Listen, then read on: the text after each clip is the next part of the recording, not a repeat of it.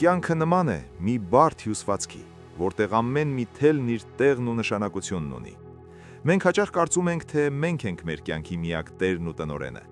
բայց իրականում կա մի անտեսանելի ձեռք, որը վերջում ամեն ինչ իր տեղն է դնում։ Իմ պատմությունը հենց այդ արդարության մասին է, դաժան, սառը, բայց անխուսափելի արդարության։ Իմ անունը Մարիամ է։ Ես մեծացել եմ մի սովորական հայկական ընտանիքում, որտեղ մեզ սովորեցրել են հարգել մեծերին, լինել համեստ ու լսող։ Երբ ես հանդիպեցի Գոռին, ինձ թվում էր, թե աշխարհի ամենաբախտավոր աղջիկն եմ։ Գոռը բարձրահասակ էր, խելացի ու առաջին հայացքից շատ հոգատար։ Մեր սիրավեպը կարճ տևեց, ու շուտով նա ինձ ամուսնության առաջարկություն արեց։ Ես առանց վարանելու համաձայնեցի, չպատկերացնելով, որ այդ այոն դառնալու է իմ կյանքի ամենամեծ փորձության սկիզբը։ Մենք տեղափոխվեցինք ապրելու Գոռի ծնողների հետ։ Իմ սկեսուրը, տիկին Անահիտը, հենց առաջին օրվանից հասկացրեց, թե ով է տան տերը։ Նա այն կանանցից էր, ում հայացքը կարող էր սառեցնել սենյակի օդը։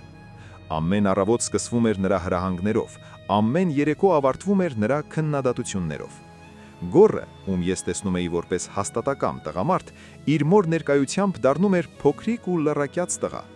Նա երբեք չէր հակառակվում մորը, նույնիսկ երբ տեսնում էր, որ ինձ անարդարացիորեն նեղացնում են։ Ամուսնությունից 2 տարի էր անցել։ Մենք ապրում էինք սովորական կյանքով, բայց տանը միշտ լարվածություն կար։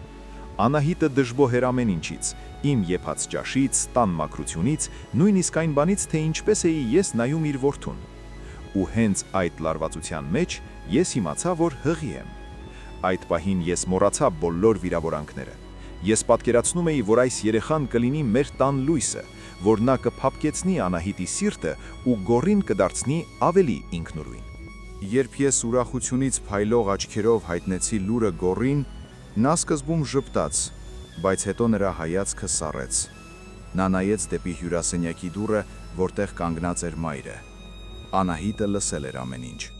Նա ներս մտավ դանդաղ, նստեց բազմոցին ու սկսեց խոսել մի տոնով, որը ես մինչև հիմա հիշելիս փշաքաղվում եմ։ «Հիմա ժամանակը չէ, Մարիամ», ասաց նա։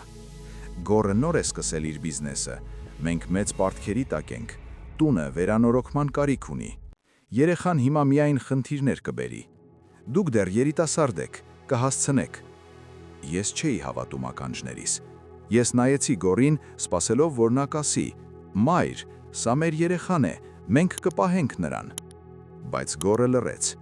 Նա գլուխը կախեց ու ցածրաձայն ասաց. «Մայրս ճիշտ է ասում, Մարիամ։ Մենք հիմա չենք կարող մեզ թույլ տալ նման շռայլություն»։ Այդ օրվանից սկսվեց իմ մղձավանջը։ Ամեն օր, ամեն ժամ նրանք ինձ մշակում էին։ Անահիտը պատմում էր սարսափազդու պատմություններ այն մասին, թե ինչպես են աղքատության մեջ մեծացած երեխաները դժբախտ լինում։ Գոռը դարձել էր սառը ու անտարբեր։ Նա ինձ հետ չէր խոսում, մինչև ես չէի համաձայնում իրենց պայմանին։ Ես ինձ զգում էի միայնակ մի ամբողջ աշխարհի դեմ։ Իմ հարազատները հեռու էին, իսկ ես չէի ուզում նրանց նեղություն տալ իմ խնդիրներով։ Չէի ուզում խոստովանել, որ իմ ընտրած տղամարդը չի կարողանում ինձ պաշտպանել նույնիսկ իր սեփական մորից։ Ճնշումն այնքան մեծ էր, որ ես սկսեցի կորցնել ինքնատիրապետումս։ Մի գիշեր Գոռն ինձ ասաց. «Եթե դու չանես դա, ես կհեռանամ։ Ես չեմ ուզում պատասխանատվություն կրել մի բանի համար, ինչին պատրաստ չեմ։ Ընտրիր, կամ ես, կամ այդ երեխան»։ Դա ամենադաժան հարվածն էր։ Ես սիրում էի նրան։ Ես կուրացած էի իմ սիրով ու վախով։ Այն օրը, երբ ինձ տարան հիվանդանոց, երկինքը մռայլ էր, կարծես բնությունն էլ էր սգում ինձ հետ։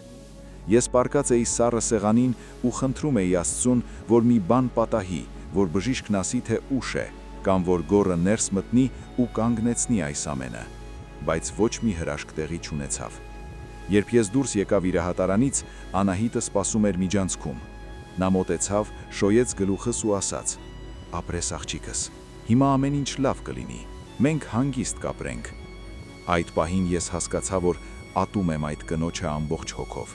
ու ատում էի ինքս ինձ, որ թույլ տվեցի սպանել իմ ներսի կյանքը։ Տուն վերադառնալուց հետո ես դարձա կենդանի դիակ։ Ես կատարում էի տան գործերը, եփում էի, թափում էի, բայց իմ հոգին այլևս այնտեղ չէր։ Գոռը փորձում էր ձևացնել, թե ոչինչ չի եղել, Նա նոր մեքենա գնեց, տան վերանորոգումն ավարտեցին, Անահիտը հպարտությամբ հյուրեր էր ընդունում ու ցույց տալիս իրենց շքեղ տունը։ Ոչ ոք չգիտեր, որ այդ տան պատերը ներծծված էին իմ անձային ճիչերով։ Անցավ 3 տարի։ Ժամանակը թվում էր պիտի բուժեր վերքերը, բայց իմ դեպքում այն միայն ավելի էր խորացնում ատելությունը։ Ու հանկարծ Անահիտը փոխվեց։ Նրա ընկերուհիները բոլորն արդեն թոռներ ունեին ու նա սկսեց երազել տան ճրագի մասին։ Նա սկսեց ինձ հարցնել. «Մարիամ, բա երբ եք բալիկ ունենալու։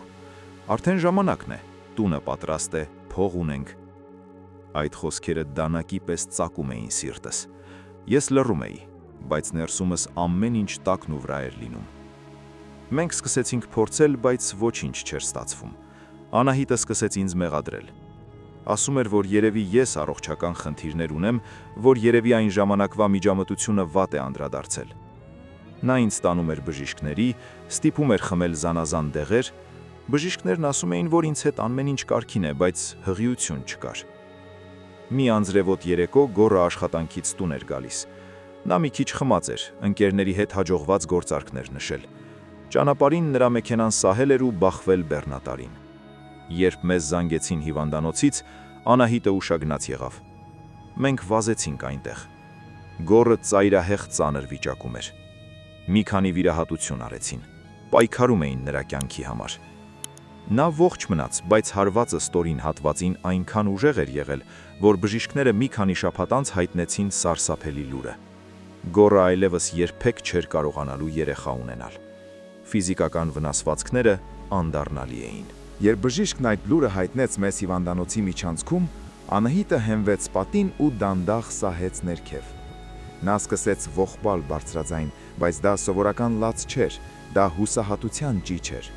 Ես կանգնած էի նրա դիմաց ու նայում էի նրան առանց մի կաթիլ խղճահարության։ Այդ պահին ես հիշեցի 3 տարի առաջվա այն նույն միջանցքը, որտեղ նա հաղթական կանգնած էր, երբ ես կորցրեցի իմ երեխային։ Տուն վերադառնալուց հետո մեր կյանքը վերածվեց դժոխքի։ Գոռը, իմանալով իրավիճակը, ընկավ խորը դեպրեսիայի մեջ։ Նա դարձավ ագրեսիվ, սկսեց ամեն օր խմել։ Նա մեղադրում էր մորը։ «Սա քո պատճառով է», գոռում էր նա։ «Դու ստիպեցիր Մարիամին հեռացնել այն երեխային։ Այն ժամանակ մենք կարող էինք ունենալ մեր զավակին, իսկ հիմա ես ոչինչ եմ, ես չորացած ծառ եմ»։ Անահիտը ծերացավ աչքիս առաջ։ Նրա հպարտությունից ոչինչ չէր մնացել։ Նա սկսեց եկեղեցիներ ընկնել, մոմեր վառել, գուշակների մոտ գնալ, հրաշքի սպասել։ Բայց հրաշքներ չէին լինում։ Մի օր, երբ նա նորից սկսեց լաց լինել իմ մոտ ու ասել, թե ինչ անարդար է կյանքը, ես այլևս չլռեցի։ Ես մոտեցա նրան, նայեցի ուղիղ աչքերի մեջ ու ասացի. «Ինչու եք լաց լինում, տիկին Անահիտ։ Դուք չէիք ասում, որ երեխան բեռ է։ Դուք չէիք ասում, որ տան վերանորոգումն ու փողն ավելի կարևոր են։ Ահա ձեր տունը, ահա ձեր շքեղ կահույքը։ Վայռեք։ Աստված ձեզ տվեց այն, ինչ դուք ընտրեցիք։ Դուք չուզեցիք իմ բալիկին, հիմա էլ երբեք ոչ մի բալիկ չեք ունենա։ Սա ձեր պատիժն է ձեր դաժամության համար»։ Նա ոչինչ չկարողացավ պատասխանել։ Նա միայն դողում էր ու նայում ինձ, կարծես տեսնում էր իր սեփական մեղքի մարմնավորումը։ Այդ նույն օրը ես հավաքեցի իմ բոլոր իրերը։ Ես այլևս չէի կարող մնալ այդ տանը, որտեղ օդը թունավորված էր զղջումով ու ատելությամբ։ Գոռը փորձեց ինձ կանգնեցնել, լաց եղավ, խնդրեց ներել, բայց իմ ներսում ամեն ինչ մեռած էր նրա հանդեպ։ Ես հասկացա, որ չեմ կարող կառուցել իմ ապագան մի մարդու հետ, ով չկարողացավ պաշտպանել մեզ ամենակարևոր պահին։ Ես հեռացա քաղաքից, տեղափոխվեցի իմ ծնողների տուն, հետո գտա աշխատանք ու սկսեցի ապրել ինձ համար։ Սկզբում շատ դժվար էր։ Գիշերները ես դեռ տեսնում էի այն չծնված բալիկի երազները։ Բայց ժամանակի հետ ես սկսեցի շնչել։ Ես հասկացա, որ իմ կյանքը դեռ չի ավարտվել։ Վերջերս ես իմացա, որ Գոռը վաճառել է իրենց շքեղ տունը, պարտքերը փակելու համար։ Նա շարունակում է խմել, իսկ Անահիտը հիվանդ է ու գամված անկողնուն։ Նրանց մասին խոսելիս մարդիկ ասում են. «Ինչ մեղք են, տես ինչ օրի ընկան»։ Բայց ես գիտեմ, որ դա մեղք լինելու հարց չէ, դա հատուցում է։ Նրանք ստացան այն, ինչին արժանի էին։ Նրանք ստիպեցին ինձ ընդհատել մի կյանք, ու Աստված ընդհատեց նրանց ամբողջ տոհմի շարունակությունը։ Այսօր ես նայում եմ ապագային հույսով։ Ես դեռ երիտասարդ եմ, ու ես հավատում եմ, որ մի օր ես կգտնեմ մի մարդու, ով կգնահատի ընտանիքը ամեն ինչից վեր։ Իսկ իմ առաջին բալիկը, նա միշտ կմնա իմ սրտում որպես մի դաս, որը ես սովորեցի ամենաթանկ գնով։ Երբեք թույլ մի տվեք ուրիշներին որոշել ձեր փոխարեն, թե երբ է ճիշտ ժամանակը սիրելու կամ կյանք տալու։ Մարդիկ կարող են լինել դաժան, նրանք կարող են առաջնորդվել շահով կամ վախով, բայց հիշեք, կա տիեզերական արդարություն։ Այն կարող է ուշանալ, բայց այն միշտ գալիս է, ու երբ այն գալիս է, ոչ մի փող, ոչ մի դիրք ու ոչ մի տուն չի կարող փրկել այն դատարկությունից, որը դուք ինքներդ եք ստեղծել ձեր ձեռքերով։ Իմ պատմությունը ցավալի է, բայց այն ինձ սովորեցրեց լինել ուժեղ։ Ես այլևս այն խեղճ ու լսող աղջիկը չեմ։ Ես մի կին եմ, ով գիտի կյանքի արժեքը։ Ու ես գիտեմ, որ իմ երեխան, որտեղ էլ որ լինի նրա հոգին, ներել է ինձ, որովհետև նա գիտի, որ ես նրան սիրում էի նույնիսկ այն ժամանակ, երբ ամբողջ աշխարհը դեմ էր նրա գոյությանը։ Կյանքը շարունակվում է։ Ու թող այս պատմությունը լինի զգուշացում բոլոր նրանց համար, ովքեր փորձում են խաղալ ուրիշի ճակատագրի հետ։ Արդարությունը գոյություն ունի, ու այն երբեմն պատժում է հենց այնտեղ, որտեղ մենք ամենաշատն ենք ցավ զգում։